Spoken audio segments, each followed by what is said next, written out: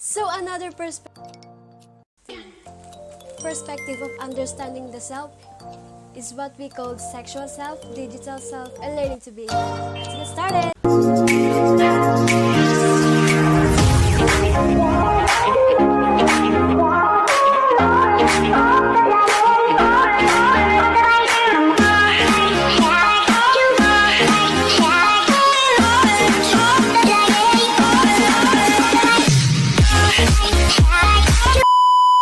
Beautiful life, beautiful day.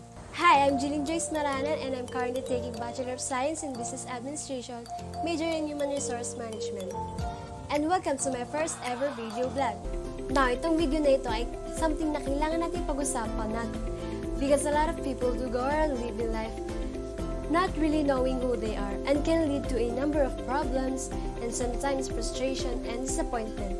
So, pag-usapan natin yan ngayon. Paano natin makikilala yung sarili natin? We hear people say this a lot. Actually, paboritong breakup line nila. Mga people na hindi talaga really kayang mag-commit, yun yung kailangan muna natin kilala natin yung sarili natin.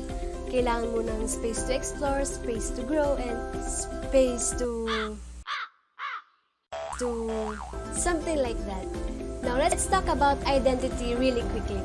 When we talk about identity, most people think that identity is something that you find, something that you like, something na mag-travel ka and then finally you come across with your identity, makikilala mo. Tapos yun na yun yung identity mo. Gusto kong malaman yun na identity is not just like that. I believe that identity isn't something that you find, something that you make, something you create, something you have passion with, and an identity for yourself. Kasi nasa progress tayo na getting to know ourselves, getting to know the things that you like, something you're good at, and something you created to do comes across with the physical and psychological changes that happens to our body, especially during adolescent years, that we call sexual self. Okay, so we will be talking about defining sexuality. The difference between gender identity and sexual orientation. So ano nga ba pag sinasabing sexual orientation? It defines sexuality as our preference with their own sexual or emotional feelings towards different people, which means it makes us a person having a certain liking to specific characteristics of an individual. It is important to define that a person can be attractive to a certain individual but not a different human being, which allows diversity to a person's sexual identity. With that being said, we are created differently and beliefs have a huge impact on one's sexual and identity. Some communities itself won't allow an undesirable sexual identity, so they survive in their society, which is why it is hard for some to express when it comes to their own abilities. Bago tayo magtapos sa sexual self, let's try before that the differences to differentiate what is gender and sex. The gender preference, the gender identity, and the sexual orientation. So first, okay, what is gender? So gender, palagi na natin yung naririnig, palagi natin nakikita what the mean of gender. So, okay, the gender identity is your psychological sense of self, which kung sino ka or yourself to be based on how much you align, you don't align with, what you understand in the options of gender. So, meaning gender is the characteristic of a man and women, or simply talk about what's the role for the community or in the society. So, yun ang tinatawag gender. So, minsan, it is socially constructed. Alam mo pag sinasabing, when we say socially constructed, it depends on influence of our environment. Maging influence siya ng mga nasa surroundings niya, environment, or minsan sa family. Diba? Kunwari, nasa yung bata, at the age of 5 and 6 years old, Syempre, that's the critical stage of our childhood. Doon nagde-develop our thinking, our mind to be who you want to be. Just like for the example nga, ko ganung edad, kailangan syempre ng guidance, assistance. Okay, when we say sex, it is about our physical body or our biological differences between male and female, such as genitalia and genetic differences. So kapag sinasabi ng sex, it is your biological differences. So before tayo magtatapos sa sexual self, I have a short clip or video about sexual self, sexual orientation. So let's get started.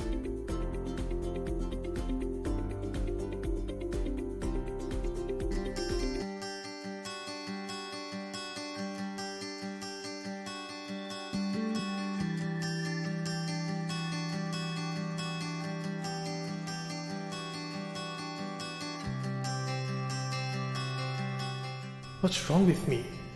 Why can't I take my eyes off John?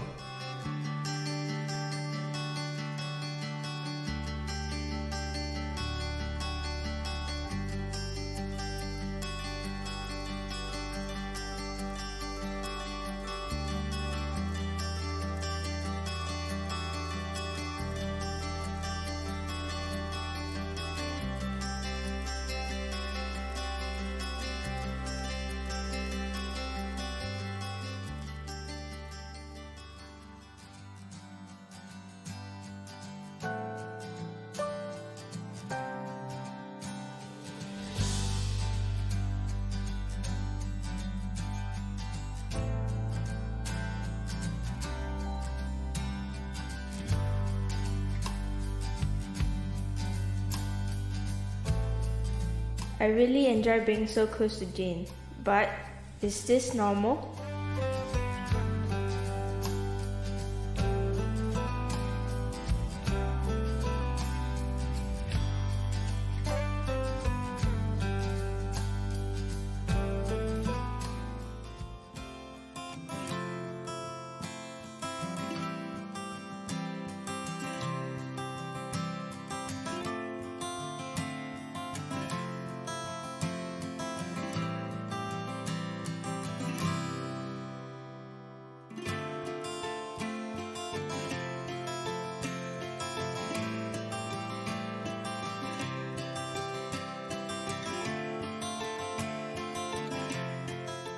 What's going on?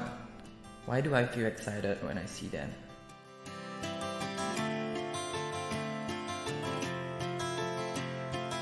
Is there something wrong with me?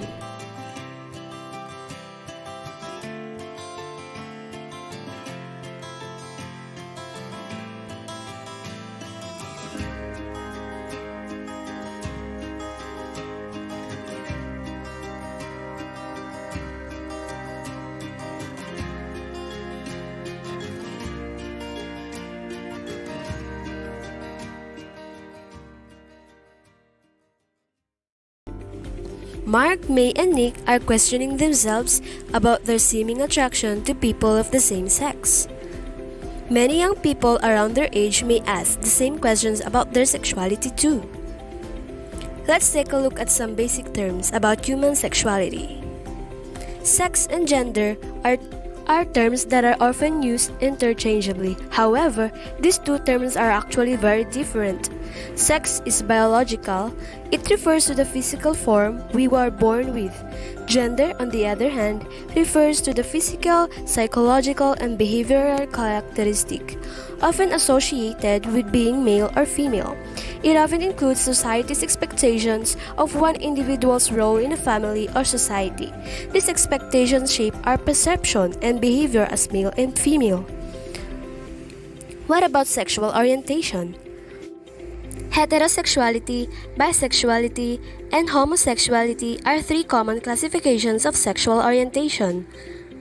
A heterosexual person refers to someone who is romantically and sexually attracted to someone of the opposite gender. Similarly, it can also refer to social expectations of certain mindset, behaviors, and mannerisms. Being straight is a common term, for people who are heterosexual. A homosexual person refers to someone who is physically and emotionally attracted to someone of the same gender. Gay or lesbian are common terms used to describe homosexual people. A bisexual person refers to someone who can have romantic and sexual feelings for both men and women. Transgender is an umbrella term used to describe a person whose gender identity is different from their biological sex, or someone who expresses their gender differently from conventional gender roles and behaviors. Human sexuality is a very complex topic. There are people who consider themselves as straight, but might hold attraction to someone of the same gender. Contrary to popular belief, an effeminate man is not necessarily gay. Likewise, a masculine woman may not be a lesbian.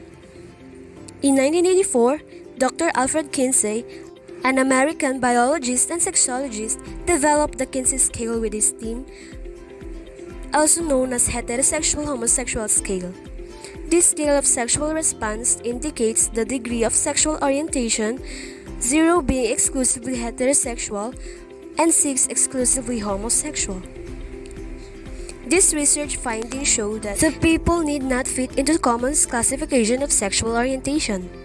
Different people might see themselves differently at different periods in their lives. According to the scale, hence one should not be too anxious or eager to label oneself, as this process can take a long time. For some people, maybe even a lifetime.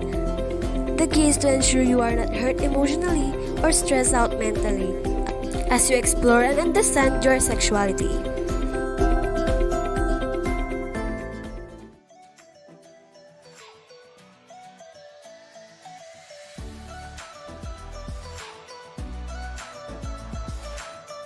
Like it or not, we are all have a digital self, a mask that we put on to engage the technological world.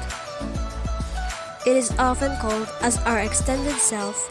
It is where an individual shares things about his or herself through the use of social media. Digital self is the persona who you use in your online. Some people maintain one or more online identities that are distinct from the real world. Others have a single online self that's more or less the same as the one they inhabit in the real world. So I am here to bring you the pros and cons of technology affecting our digital self. People can communicate more easily.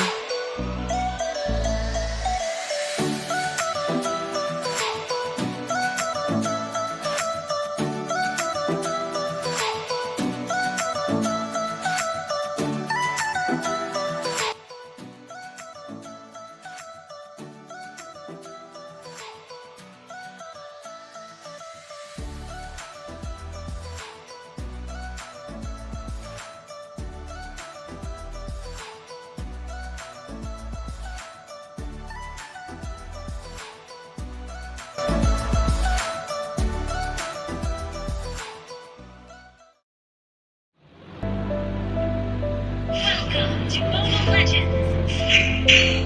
5 seconds to the enemy reaching the battlefield. Smash them!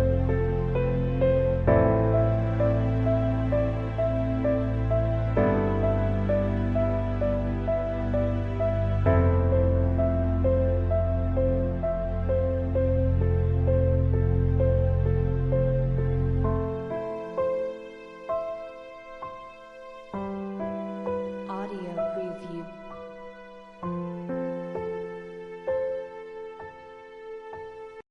So, these days, people are becoming so active using the internet, and we can't deny the fact that the internet makes our life easier and comfortable. And because of this idea, we assume different identity, online or offline. We act differently using our social media platforms. So, more than half of the population worldwide now uses internet. So, marami tayong magagawa, mabilis na yung mga transaction. Kapag may internet, syempre yung pag-chat-chat sa mga kaibigan, send ng emails, pagtawag, napakadali ng nang gawin and we can connect immediately.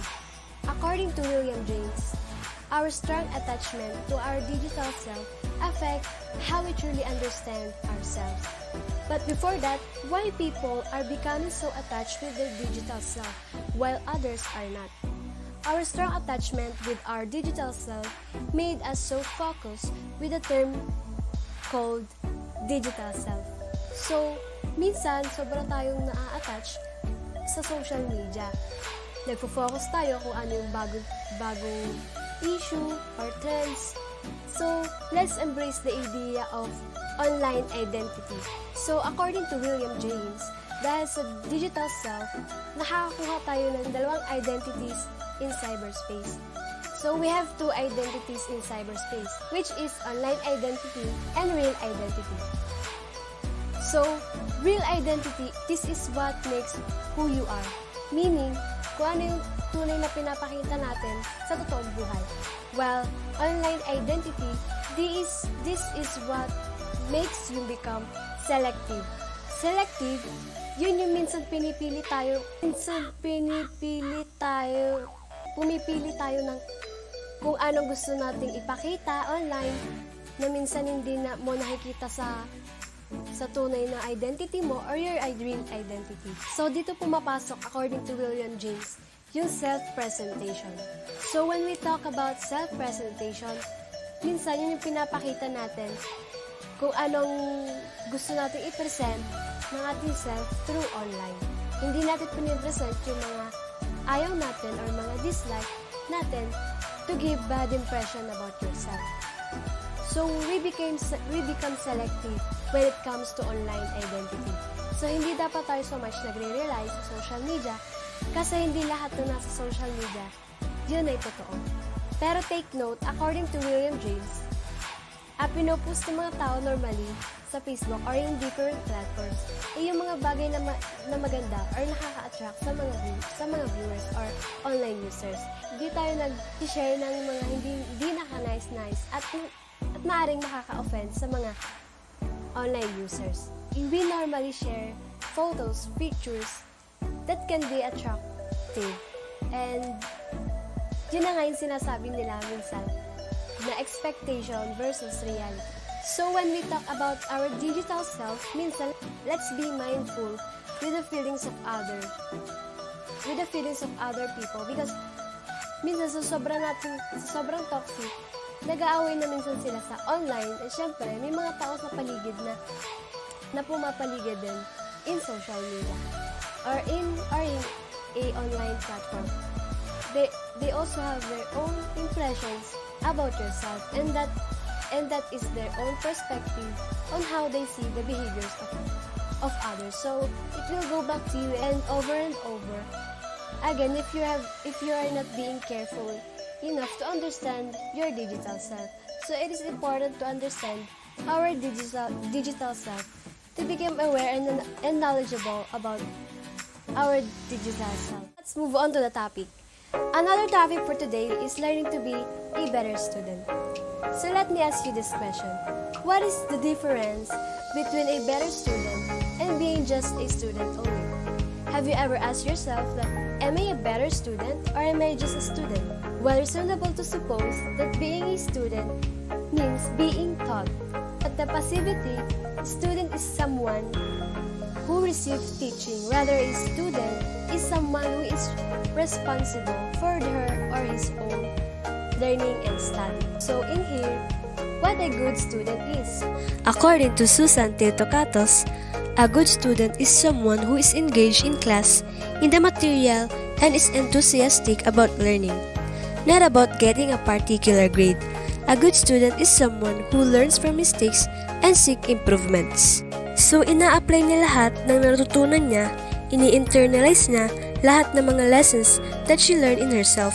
And also, sinabi niya dito na a good student is someone who learns from mistakes and seeks improvement. Which means kapag nagkaroon ka ng mistakes, you learn from it. Don't say that yourself is a failure because every failure, beyond the failures, there's a lesson, and that lessons make you improve and make you grow on yourself. So next is ways to be a better student. First is, you need to set your goals. So when you say goals, it is your goals in life. Okay, kasi minsan tayo mga Pilipino, nag-iba tayo ng ugali. They're not striving to make their own goals. So, kailangan natin mag-set ng ating sariling goals because if you have a set of goals, meron kang path na tinutunguhan despite the hardships, despite the problems, despite the challenges that you face towards your goal.